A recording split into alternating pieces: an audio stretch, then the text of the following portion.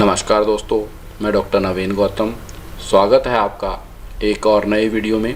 आज का टॉपिक है स्रोतस वर्णन। तो ये बहुत ही ज़्यादा इम्पोर्टेंट टॉपिक है। यूजी और पीजी दोनों एस्पेक्ट से काफ़ी कम्पिटिटिव एग्ज़ाम में देखा गया है कि यहाँ से स्रोतोमूल पूछा जाता है कि चर के अनुसार स्रोतोमूल क्या है, सुश्रुत के अनुसार स्रोतोमूल क्या है। हंड्रेड्स ऑफ क्वेश्चन आपको मिल जाएंगे। तो आइए आज देखते हैं इसको कैसे सॉल्व कर सकते हैं। हमारी बुक अभी फर्स्ट को हमने लॉन्च की थी, तो इसका बहुत अच्छा रिस्पांस है। काफ़ी कॉपीज़ इसकी बिक चुकी हैं। 500 कॉपीज़ हमने प्रिंट की हैं, तो लगभग 300 कॉपीज़ इसकी हमने सेल कर दी हैं।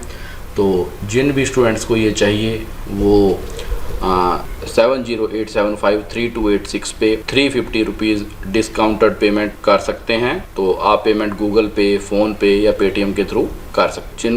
जिनका एग्ज़ाम है, पीजी के लिए प्रेपरेशन कर रहे हैं या यूजी के स्टूडेंट्स हैं, तो वो इस बुक को ले सकते हैं। तो जिनको भी रिक्वायर्ड है वो इस नंबर पे पेमेंट करके अपनी रिसिप्ट सेम नंबर पे सेंड कर दीजिए। कोरियर के थ्रू हम आपको बुक आपके घर तक पहुंचा देंगे। तो आइए वीडियो देखते हैं।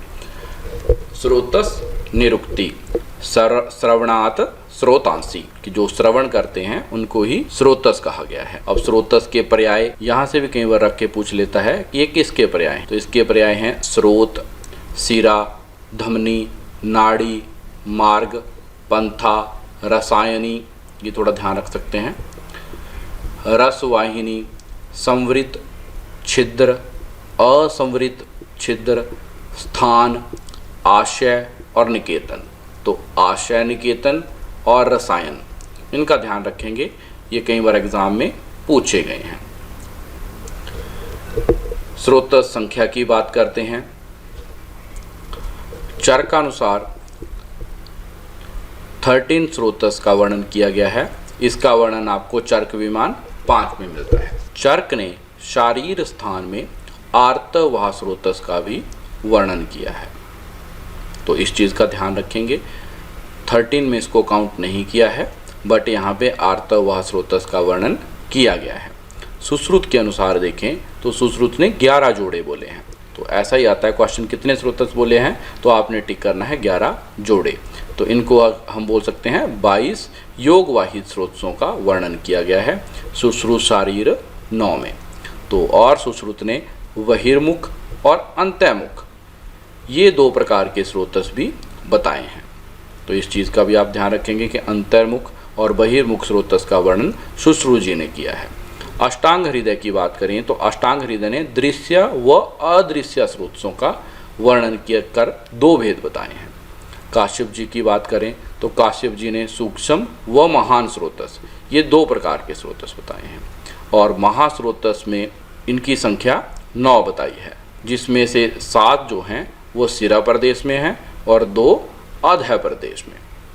नाभि व रोमकूप को सूक्ष्म स्रोतस कहा है। तो सूक्ष्म और महान स्रोतस बताए हैं, और महास्रोतस जो है उनकी संख्या 9 बताई। नाभि व रोमकूप को सूक्ष्म स्रोत। भाव प्रकाश की बात करें तो असंख्या का जो नामतः वर्णन मिलता है, अगर पूछे कि असंख्य स्रोतस किसने बताए हैं, तो आपका आंसर रहेगा भाव प्रकाश और शारंगधर जी। इन दोनों ने असंख्य स्रोतस का वर्णन किया है, और शारंगधर जी ने स्तन्यावाह स्रोतस का भी एक अलग से वर्णन किया है। तो स्तन्यावाह स्रोतस का वर्णन शारंगधर जी ने किया है, और आर्तवाह स्रोतस की बात करें तो उसका वर्णन शारीर स्थान में चर्क जी। तो ये एक ओवरव्यू है कि 13, 11 जोड़े और अष्टांग हृदय के 2 दृश्य अदृश्य। तो इसको ऐसे याद रखा जाता है। चर्क, सुश्रुत, बागभट आप अलग से याद नहीं रखिए, इसको हमेशा चर्क का अनुसार, सुश्रुत अनुसार, बागभट अनुसार, तो ऐसे याद रखते हैं। 13, 11 जोड़े, 2 दृश्य अदृश्य, ठीक है। और उसके काश्यप की हम बात करें तो सूक्ष्म और महान, ठीक है। और नीचे भाव प्रकाश जी असंख्या। इसी ऑर्डर में आप याद रखेंगे, तभी आपको परफेक्टली याद रहेगा कि चर्क सुश्रुत क्रम ऐसे अलग से बहुत ज़्यादा स्ट्रेस नहीं, बस 13, 12 और 2 ऐसे आप चर्क, सुश्रुत और बागभट जी का याद रख सकते हैं। अब जो मेन क्वेश्चन आता है उसके ऊपर आते हैं। पहले कुछ एक और डिस्क्रिप्शन और देख लेते हैं। चर्क शारीर में नव महंती छिद्राणी सप्तशीर्षी द्वे अधे। कि जो 9 महान छिद्रों का वर्णन किया गया है उसमें से 7 जो हैं सिर में हैं और 2 अधः शरीर में हैं। तो स्त्री व पुरुष में 9 बहिर्मुख स्रोतों का वर्णन किया गया है तथा स्त्रियों में 3 अधिक स्रोतस भी वर्णित हैं। वो 3 कौन कौन से हैं? 2 स्तन्यवहा हैं और 1 आर्तवहा स्रोतस है। तो इस चीज़ का आप ध्यान रखेंगे। सुश्रुत जी ने कौन से स्रोतस नहीं माने हैं? जो चर्क जी ने माने हैं और सुश्रुत ने नहीं माने हैं, क्योंकि चर्क जी ने माने हैं 13 स्रोतस और सुश्रुत जी ने माने हैं 11 पेयर्स। तो उन्होंने चर्क के जो बताए हुए हैं अस्थि, मज्जा व स्वेद, ये 3 स्रोतस नहीं माने हैं। इस चीज़ का भी आप ध्यान रखेंगे। कई बार ये भी देखा मैंने, क्वेश्चन पूछा गया है कि सुश्रुत अनुसार अस्थि वाह स्रोतस का मूल क्या है, तो उसमें नाम लिखे होते हैं, वर्णन नहीं है। तो आपका आंसर लगेगा वर्णन नहीं है।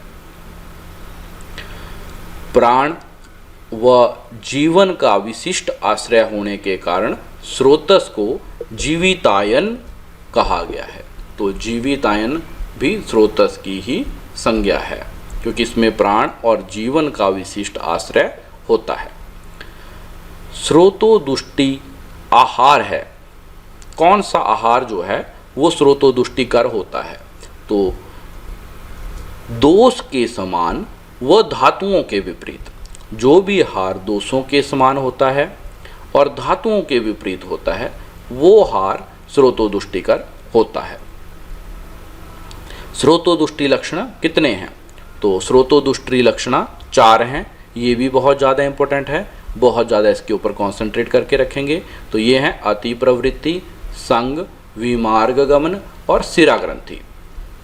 अब जो मेन क्वेश्चन जहाँ से आता है वो है कि कौन से स्रोतस का स्रोतोमूल कौन है? तो 13 स्रोतस, 11 पेयर, 2 ये हमने सारे ही देख लिए। आर्तववाह स्रोतस देख लिया, स्तन्यवाह स्रोतस देख लिया। तो अब हम स्रोतोमूल के ऊपर आते हैं जो सबसे मेन इंपॉर्टेंट है। तो इसके लिए कुछ मैं आपको कोड्स बताऊंगा। तो जो स्रोतस आपको याद हैं उनके लिए आपको कोड याद करने की ज़रूरत नहीं है, और जिनके आपको डिफ़िकल्टी है उनके कोड आप याद कर सकते हैं। ऐसा नहीं है कि मैंने 13 के कोड बता दिया तो आप 13 के कोड याद कर लो, नहीं, ऐसा मैंडेटरी नहीं है। जो आपका भूलता है, डिफ़िकल्ट है, आपको याद नहीं है, वो आप कोड के थ्रू याद कर सकते हैं। तो इसमें से क्वेश्चन गलत होने का जो पॉसिबिलिटी है वो लगभग 0% हो जाती है, बट कोड को थोड़ा सा रिवीजन करना पड़ता है। तो आइए मैं आपको कोड के बारे में बताता हूँ क्या क्या कोड यहाँ पे हैं। तो प्राण की बात करें, प्राणवाह स्रोतस, तो ऐसे याद रखते हैं, प्राण हैं हमारे। प्राण किसके हैं? हमारे। उदक की बात करें, उदक होता है जल। तो बच्चों को हमेशा बोला जाता है कि उदक तक मत जाओ, तो ऐसे याद रखना है। उदक के लिए बोला गया है उदक तक मत जाओ, कि पानी तक नहीं जाना है। आग से, पानी से बच्चों को बच के रहना होता है कि पानी में बच्चे डूब ना जाएं। तो प्राण किसके हैं? हमारे हैं। तो उदक तक नहीं जाना है। और अन्न के लिए क्या बोला गया है? अन्न मतलब खाना। तो अन्न के लिए बोला है अब खाऊंगा, अब अन्न खाऊंगा। कि जब भी पूछे बच्चों को कब खाना है तो बोलते हैं अभी अन्न खाऊंगा। तो बच्चे क्या हैं? हमारे प्राण हैं, और उदक तक उनको नहीं जाना है। अन्नवाह स्रोतस की बात करें तो क्या बोलते हैं कि अब अन्न खाऊंगा। रस की बात करें तो कोल्ड ड्रिंक की बात करें तो उनको क्या लगता है? हृदय लगता है कि ये बहुत ही अच्छा है, तो हरिद रस पियो। जो हार्ट के लिए बेनिफिशियल रस है, उनके दिल को अच्छा लगता है तो बोलते हैं हरिद रस पियो। कोल्ड ड्रिंक के लिए बच्चों को पूछेंगे तो कभी भी मना नहीं करते हैं, तो बोलते हैं हरिद रस पियो। और रक्त की बात करें, आजकल जो ट्रेंड चला हुआ है रक्त का, कि ब्लड जो है वो कहाँ मिलता है? ब्लड बैंक में। तो उसके लिए क्या करना पड़ता है? रक्त के लिए करना पड़ता है पैसे देने पड़ते हैं। तो पैसे दे के आजकल ब्लड बैंक में ब्लड मिलता है। तो पे क्या है? पे आपको मैं बताऊंगा। मांसवाह स्रोतस की बात करें तो मांस क्या है? सत्य रक्त। ठीक है, जहाँ अच्छा रक्त होगा, सच्चा रक्त होगा, वहाँ पे मांस की पुष्टि होगी। ठीक है, मांस का न्यूट्रिशन का काम रक्त के थ्रू होता है। तो सत्य रक्त क्या है? वही मांस है। जो रक्त धातु का एसेंस होगा वही मांस धातु में कन्वर्ट होगा। तो मांस के लिए बोला गया है सत्य रक्त। और मेद की मैं आपको बात बताऊँ, मैंने इसमें कई जगह कोड आगे धातु क्षय लक्षणा में, धातु दुष्टि लक्षणा में बहुत जगह कोड दिए हुए हैं। बच्चों को ये पता नहीं लगता कि मेद है क्या, धातु दुष्टि है, धातु क्षय है या स्रोतोमूल है। कन्फ्यूज हो जाते हैं स्टार्टिंग में फर्स्ट ईयर के बच्चे या कुछ पीजी एग्ज़ाम वाले भी। तो मेद को मैंने डिनोट किया है मेम से। तो ये बुक में आपको धातु क्षय, स्रोतो दुष्टि, ये सारी ही चीज़ें इकट्ठी मिल जाएंगी, ताकि मेम के आपको 2-3 कोड हैं, वो बहुत इको फ्रेंडली हैं, कभी आप नहीं भूलोगे।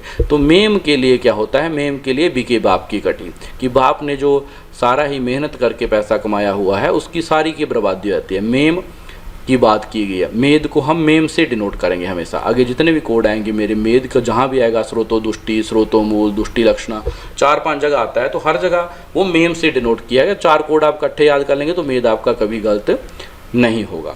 तो मेम के लिए बीके बाप की कटी कैसे डिकोड करना है वो आगे आपको बताता हूँ। अस्थि की बात करें, अस्थि क्या है, हार्ड स्ट्रक्चर है, तो अस्थि को कंपैरिजन करेंगे मेज से।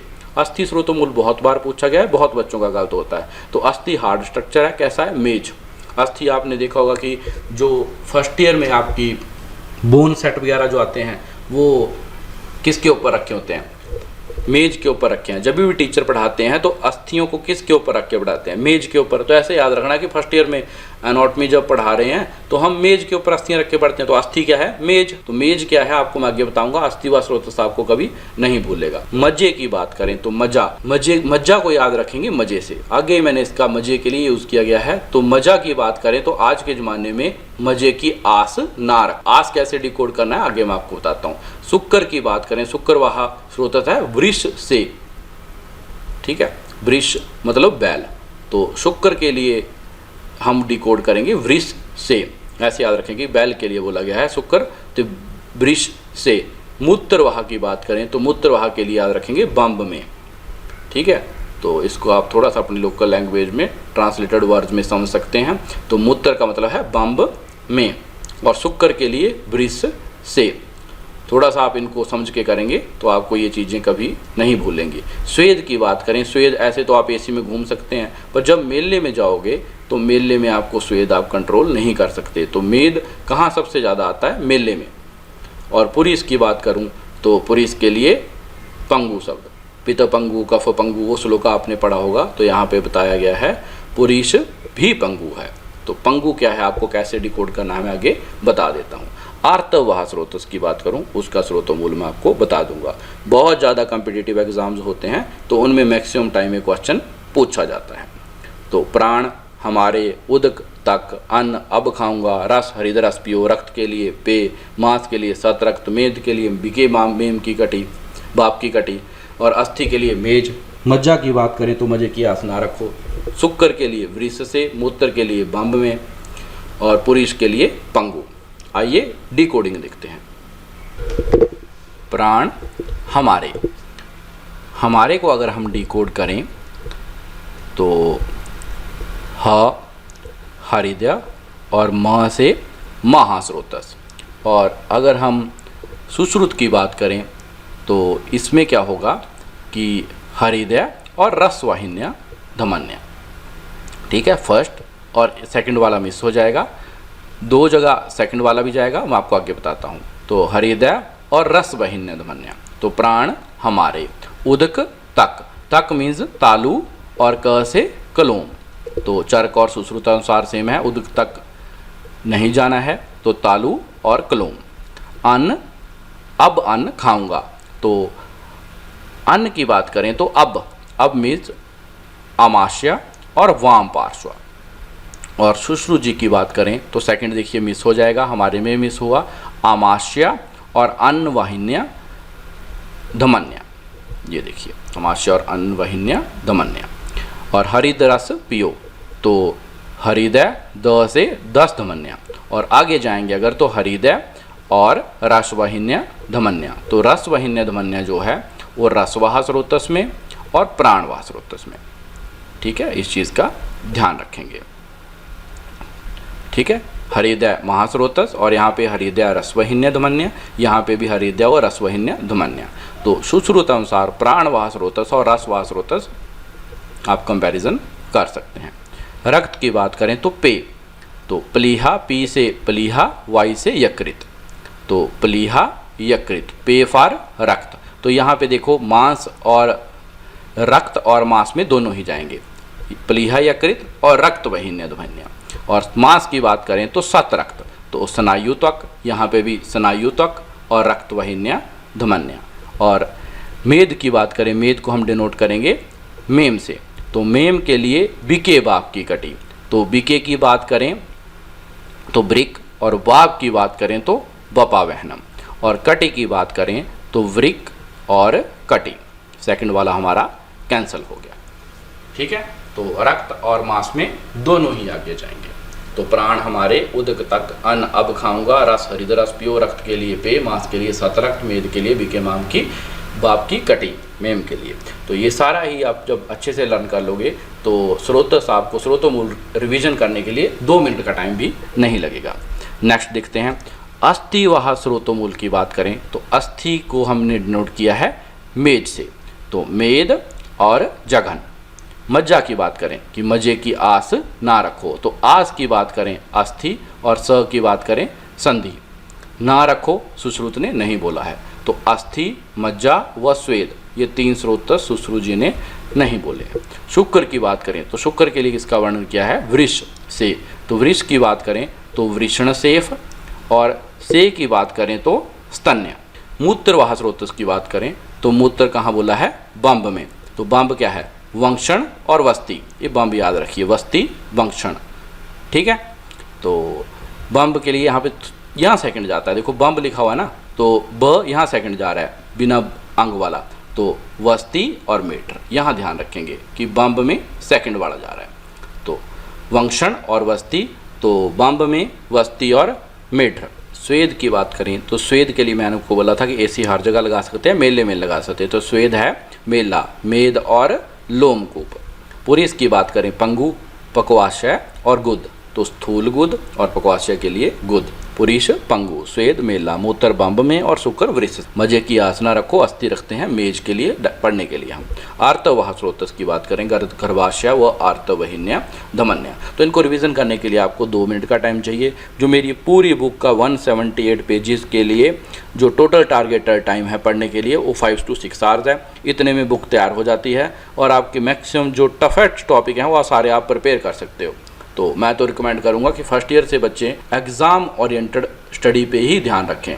अगर आप एग्ज़ाम ओरिएंटेड स्टडी पे ध्यान रखोगे तो आपके लिए मच बेनिफिशियल होगा। अब अस्थि के लिए आप बताइए कि अस्थि का क्या है मेज, रस के लिए हरिद रस पियो, रक्त के लिए आपको करना पड़ता है पे, प्लीहा, यकृत। मांस के लिए बोलें तो सतरक्त, स्नायु और त्वक। ऐसे आप याद कर सकते हो कि इसमें बहुत बड़ी बात नहीं है। ठीक है, मेम के लिए बोला है बिके बाप की कटी। ठीक है, और मूत्र के लिए बंब के लिए आपको मैंने वंक्षण और वस्ती। ठीक है, तो वंक्षण नहीं जाएगा, यहाँ वस्ती जाएगा।